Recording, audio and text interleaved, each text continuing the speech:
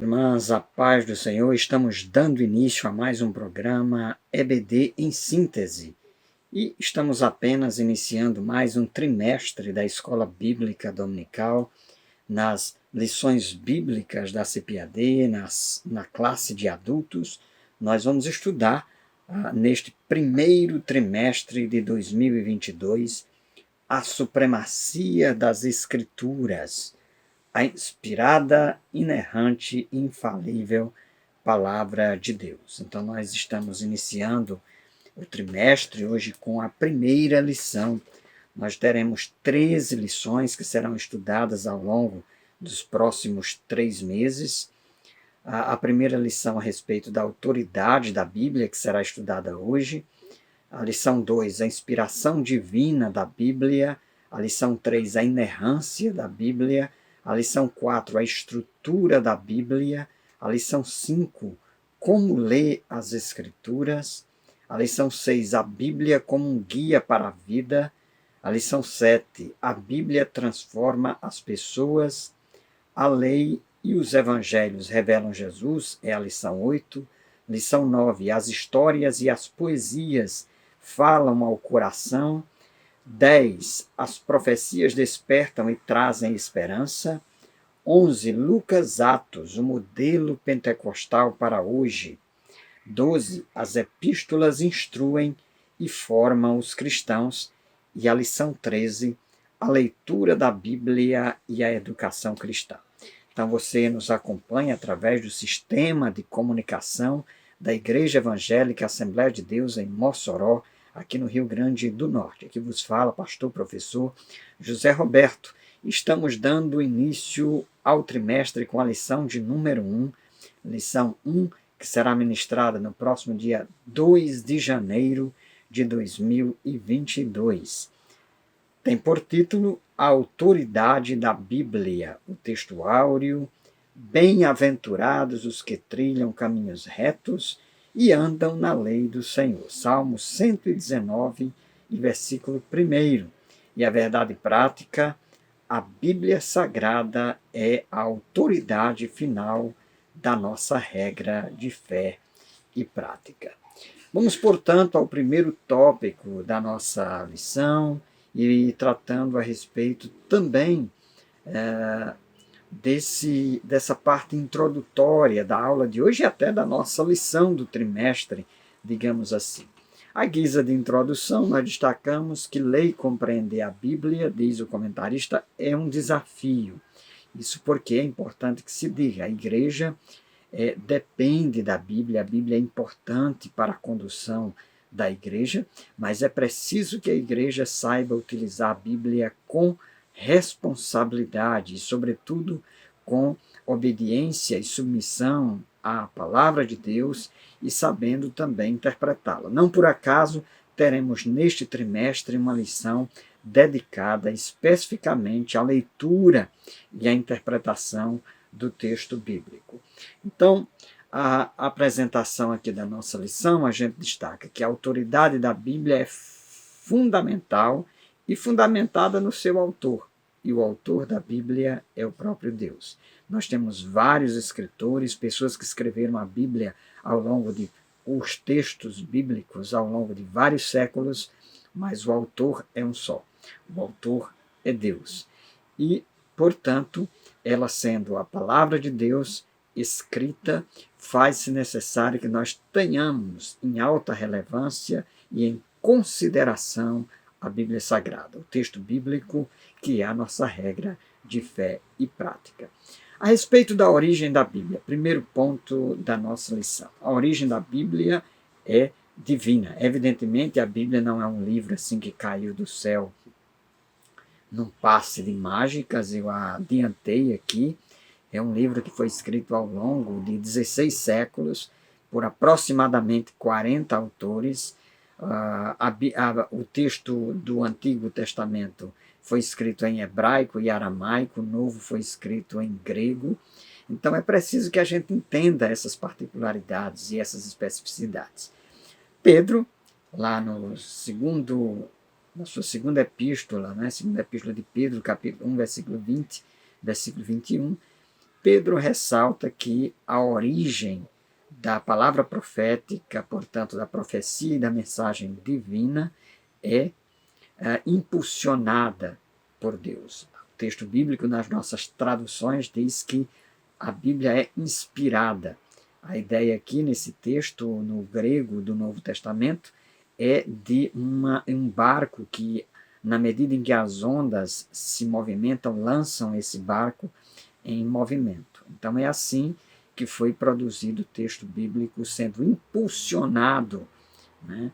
Esse texto foi impulsionado pelo próprio Deus. 2 Timóteo, capítulo 3, versículo 16, aparece uma vez ao longo de todo o Novo Testamento a palavra theopneustos, que vem da palavra theopneustia, que quer dizer soprada por Deus. Então a Bíblia foi inspirada, essa é a tradução de theopneustia nas nossas Bíblias em português, dando a ideia de que o texto bíblico foi inspirado ou expirado pelo Espírito Santo, e é desse Espírito que provém as Sagradas Escrituras, portanto, sua origem é divina.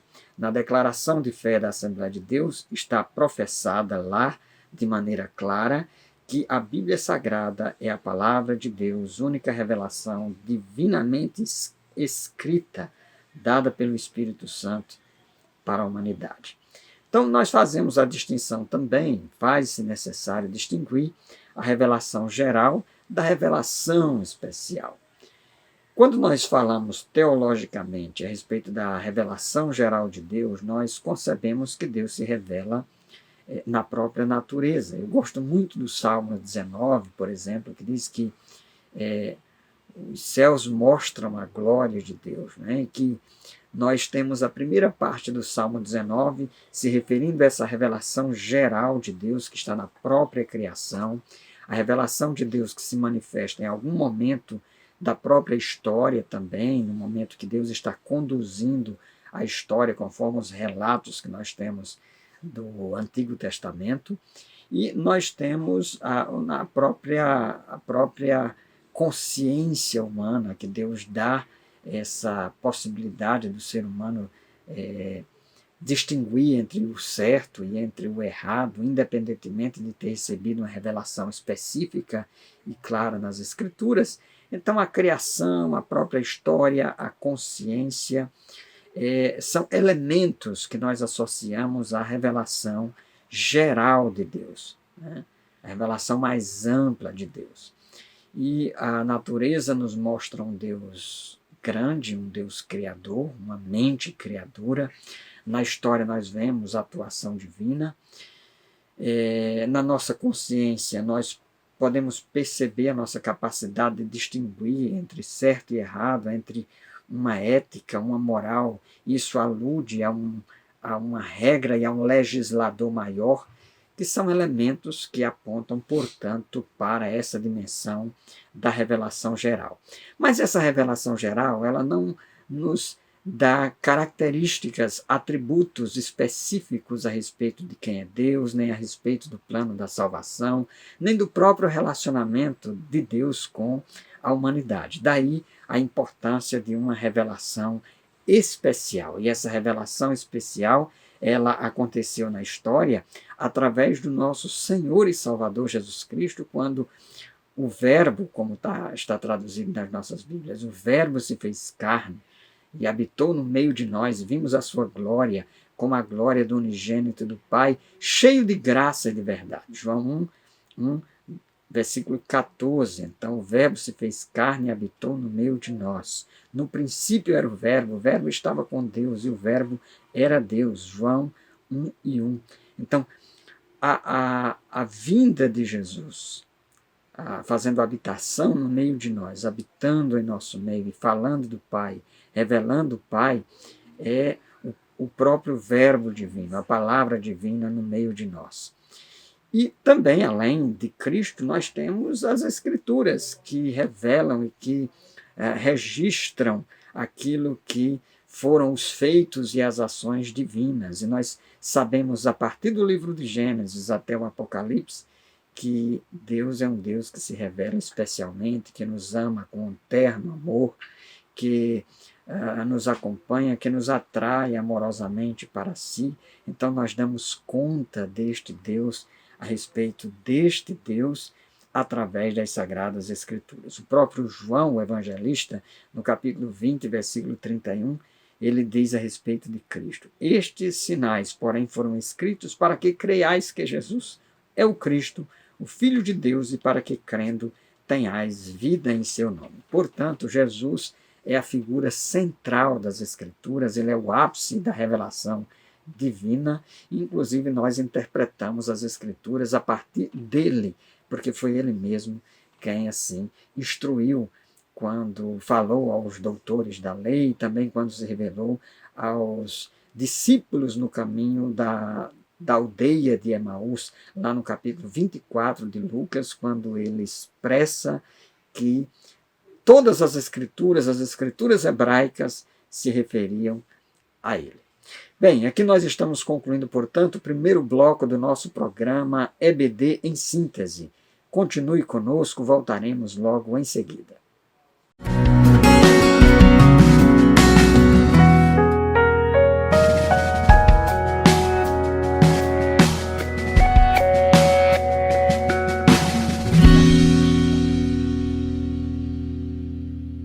Estamos de volta, segundo bloco do nosso programa EBD em Síntese. Você nos acompanha através do sistema de comunicação da Igreja Evangélica Assembleia de Deus, através da Rádio Libertadora, do canal de TV a cabo, ou mesmo do nosso canal do YouTube.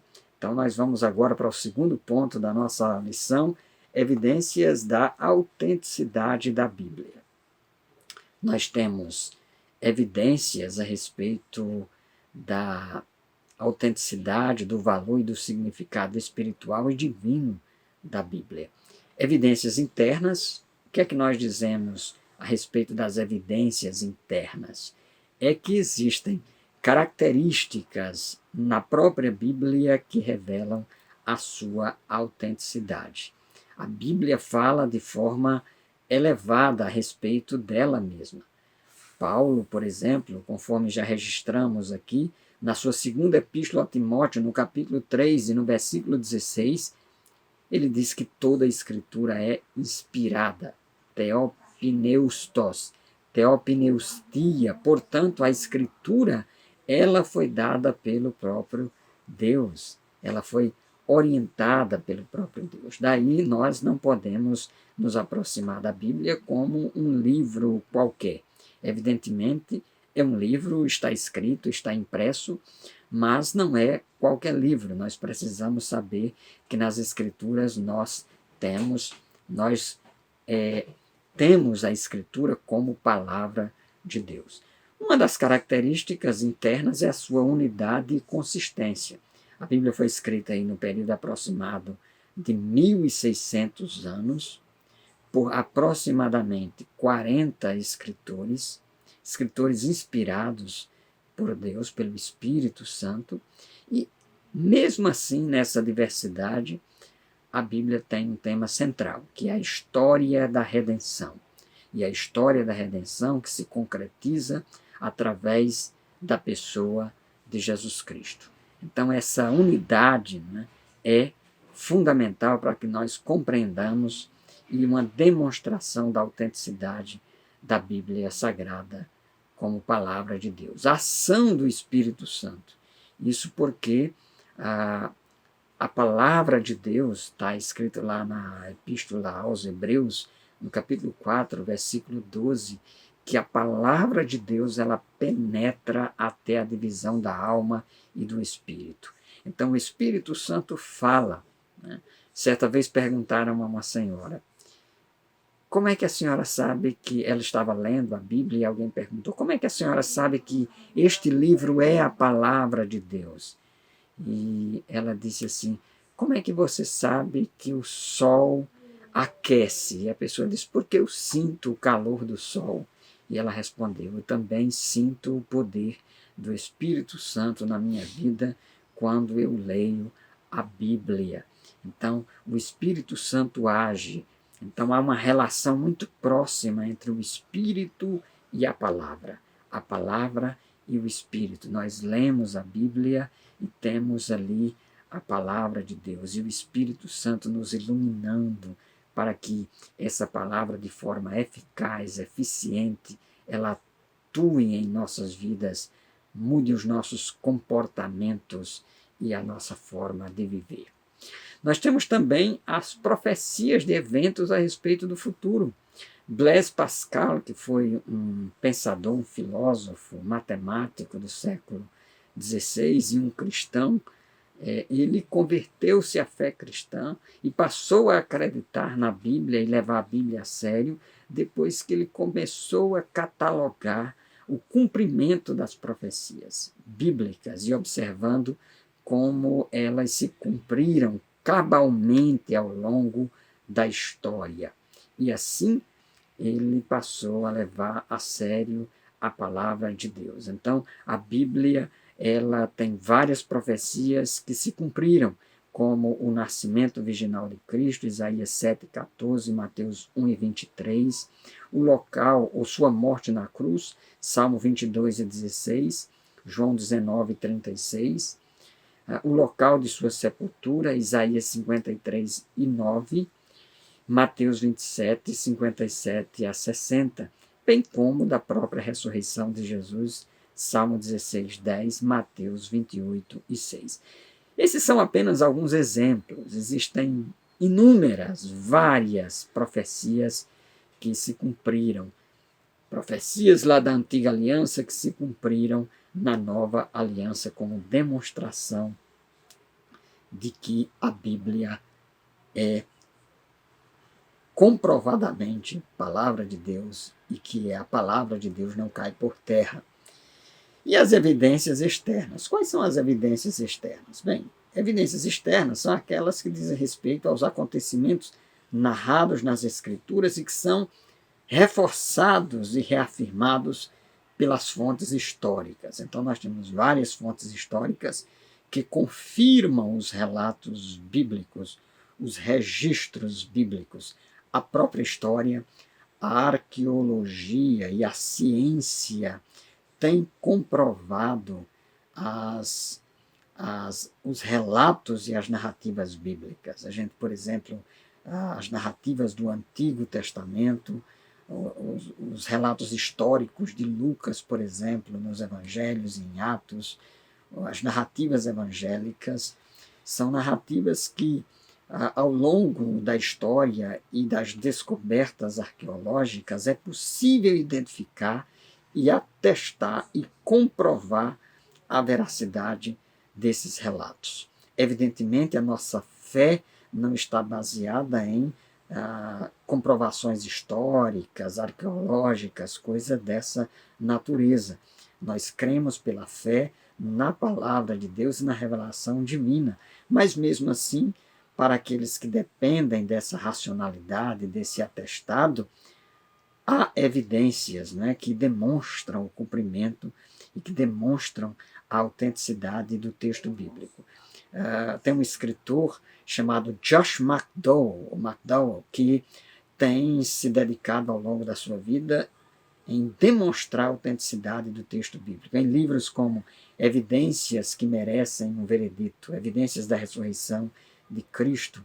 Então, essa tendência evidencialista, através dos achados arqueológicos e dos relatos históricos externos, comprovam e reforçam a autoridade e a autenticidade do texto bíblico de forma externa. Portanto, nós temos evidências que mostram internamente nas próprias escrituras e relatos bíblicos a autenticidade da Bíblia, bem como evidências externas nos escritos históricos, arqueológicos, que comprovam e que reforçam essa autenticidade. Bem, nós estamos assim encerrando o segundo tópico da nossa lição e também o nosso segundo bloco. Convidamos a você a permanecer conosco. Você está nos acompanhando através do sistema de comunicação da Igreja Evangélica Assembleia de Deus. Aqui vos fala pastor professor José Roberto. Continue conosco, voltaremos logo em seguida para o nosso terceiro e último bloco.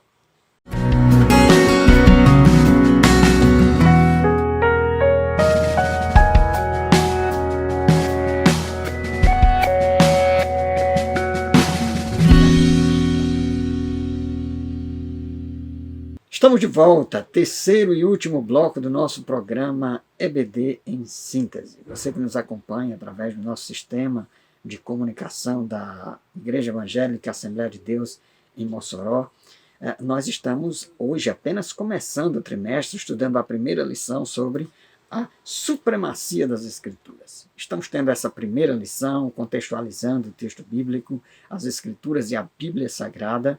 E aqui o terceiro tópico da lição é a respeito da mensagem da Bíblia. Qual é a mensagem da Bíblia? Então, a supremacia da Bíblia é importante que se tenha em mente. Os reformadores ressaltaram como a expressão latina com o objetivo de defender as Escrituras em oposição aos dogmas e às tradições eclesiásticas que eram evidentes no século XVI, e em resposta a esses dogmas, Lutero e Calvino levantaram a bandeira da expressão latina que diz sola Scriptura, só a Escritura. Então, a declaração de fé da Assembleia de Deus, inclusive, reforça essa defesa, esse postulado, dizendo que a Bíblia fornece o conhecimento essencial e indispensável à nossa comunhão com Deus e com o nosso próximo. Então, a Bíblia ela é autoritativa em relação à nossa fé e à nossa prática de vida. Evidentemente, quando os reformadores diziam só a Escritura, que é a tradução da expressão em latim, eles estavam colocando as Escrituras em um patamar mais elevado. Mas nós não desconsideramos, por exemplo, como John Wesley muito bem defendeu no seu quadrilátero wesleyano, que a gente atribui e utiliza essa normativa e essa expressão, para considerar que a tradição tem o seu papel, a tradição tem o seu papel, a razão também tem a sua função na interpretação do texto bíblico e as nossas próprias experiências. Mas a experiência, a tradição e a razão devem estar debaixo do crivo e da autoridade da Escritura Sagrada. Não podemos colocar esses elementos acima das Escrituras. Isso porque todas as doutrinas necessárias para a salvação estão na Bíblia, nas Escrituras, e nós devemos nos aproximar do texto bíblico com humildade, lendo, interpretando, considerando aquilo que os escritores revelaram através do Espírito Santo. Então, outro aspecto aqui da mensagem da Bíblia é o poder da palavra de Deus. Então, Jeremias, capítulo 23, 29, compara o texto bíblico ao martelo que despedaça a penha. Lá em Isaías 55 e 11, ressalta o cumprimento cabal da palavra de Deus. A palavra de Deus não volta vazia, ela não deixa de cumprir o seu papel e o seu propósito, que é o de comunicar as ações de Deus, a palavra de Deus. Então, nós sabemos, por conseguinte, que o poder da palavra de Deus é divino, e ela é uma palavra transformadora, e ela pode transformar a vida do mais vil pecador para que ele possa andar e trilhar os caminhos divinos. Aquele que anda arredio, distante de Deus, pode ter um encontro com Cristo e, a partir das Escrituras e da palavra de Deus, ter as intenções do seu coração transformadas, porque a palavra de Deus é como espada de dois gumes, ela penetra até as divisões. Quantas pessoas não já ouviram a Bíblia, a palavra de Deus, essa carta divina que foi enviada da parte de Deus para nós, e o coração dessas pessoas foram tocados, e essas pessoas perceberam a sua condição e mudaram o trajeto, se arrependeram da sua condição e resolveram se voltar para Deus. Então, o comentarista diz aqui de forma bastante enfática: a palavra de Deus tem poder, tal qual uma espada, para penetrar o mais íntimo do ser humano e julgar os pensamentos e intenções do coração. O próprio Jesus, está lá em Mateus capítulo 4, a partir do versículo 4, venceu as colocações de Satanás através da palavra de Deus, se utilizando da palavra de Deus, recorrendo à palavra de Deus. Quando Satanás se voltou para Jesus, né, dizendo, olha, se tu és o Filho de Deus, transforma essas pedras em pães. Jesus estava em jejum e ele disse, nem só de pão vive o homem, mas de toda palavra que sai da boca de Deus. E o propósito da Bíblia, portanto, conforme está na declaração de fé da Assembleia de Deus, a Bíblia é a mensagem clara, objetiva, entendível, completa e amorosa de Deus, cujo alvo principal é, pela persuasão do Espírito Santo, levar-nos à redenção em Jesus Cristo. João capítulo 16, versículo 8. E aqui eu gostaria de, já indo para a conclusão, né, ressaltar. A Bíblia tem várias informações de ordem literária, geográfica, histórica, mas a Bíblia não é prioritariamente um livro de história, um livro de geografia, um livro de literatura. É palavra de Deus. Então nós precisamos ter essa percepção e essa compreensão, como diz Paulo escrevendo a Timóteo, que a palavra de Deus, inspirada por Deus, ela é útil, ela é proveitosa para que o homem e a mulher de Deus sejam aperfeiçoados, vivam em santificação e sejam preparados para toda boa obra. E aqui, para concluir, né, as Escrituras são de origem divina. É palavra inspirada por Deus. É palavra que foi Deus que inspirou os escritores para que nós tivéssemos hoje uma carta vindo dos céus. Deus poderia muito bem não ter se revelado, ele não precisaria, mas ele não é como um pai ausente, distante, como um relojoeiro que criou um relógio, deu cordas nele e o abandonou. Não, Deus é um Deus que resolveu se revelar especialmente através de Cristo e através das Sagradas Escrituras. Portanto, leiamos a Bíblia, tenhamos a Bíblia em alta consideração, sabendo que o autor é Deus, a iluminação para interpretá-la vem do Espírito Santo e a palavra inspirada de Deus. Estamos encerrando assim o nosso programa EBD em Síntese. Você que nos acompanha através do Sistema de Comunicação da Igreja Evangélica Assembleia de Deus em Mossoró, no Rio Grande do Norte. Você nos acompanha através da Rádio Libertadora, bem como através do canal da TV a cabo ou do nosso canal do YouTube. E de repente, se você está nos assistindo através do YouTube, deixa aí o seu like, compartilhe esse vídeo com os professores e professoras da sua igreja. E nós estamos apenas começando, iniciando o trimestre. Se você ainda não providenciou a sua revista, faça isso. Matricule-se na Escola Bíblica Dominical. Frequente a Escola Bíblica Dominical. Este programa, nenhum outro que esteja aí disponível, substitui a sua participação e frequência na Escola Bíblica Dominical. Fique, portanto, todos e todas na paz do Senhor Jesus. Aqui vos falou o pastor professor José Roberto. E até o nosso próximo programa, se o Senhor nosso Deus permitir.